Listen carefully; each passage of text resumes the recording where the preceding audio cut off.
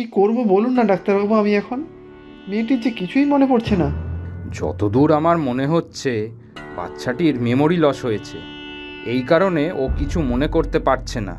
কিংবা ওর কোনো neurological disorder, মানে নার্ভগত কোনো সমস্যাও থাকতে পারে।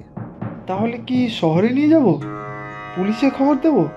দাঁড়াও দাঁড়াও, আমি আগে কিছু টেস্ট করতে দেব ওকে।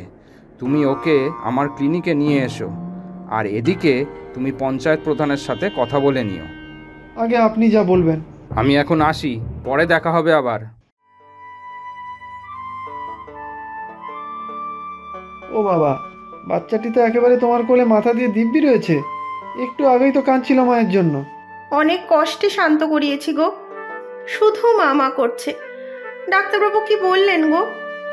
সব বলবো, তার আগে আমাকে পঞ্চায়েত প্রধানের সাথে কথা বলতে হবে। উনি যদি কোনো হোমের ব্যবস্থা করে দিতে পারেন বাচ্চাটির জন্য, অন্তত যতদিন পর্যন্ত না ওর মা বাবার খবর পাওয়া যায়। না না, ও আমার কাছেই থাকবে। কোনো হোমে রাখা চলবে না, হোমে ঠিক মতো সেবা হবে না ওর। তুমি প্রধান মশাইকে বলে আসবে সে কথা। কি পাগলামো করছো রে বা! কিছু সময়ের মধ্যেই ওকে তুমি এত আপন করে নিলে। ওর বাবা মা ফিরে এসে নিজেদের সন্তানকে যখন নিতে আসবে, তখন কি হবে ভেবেছো? মায়া বাড়িও না তুমি। সে যখন যেটা হবে তখন সেটা দেখা যাবে। আপাতত আমার কাছেই থাকবে বলে দিলাম।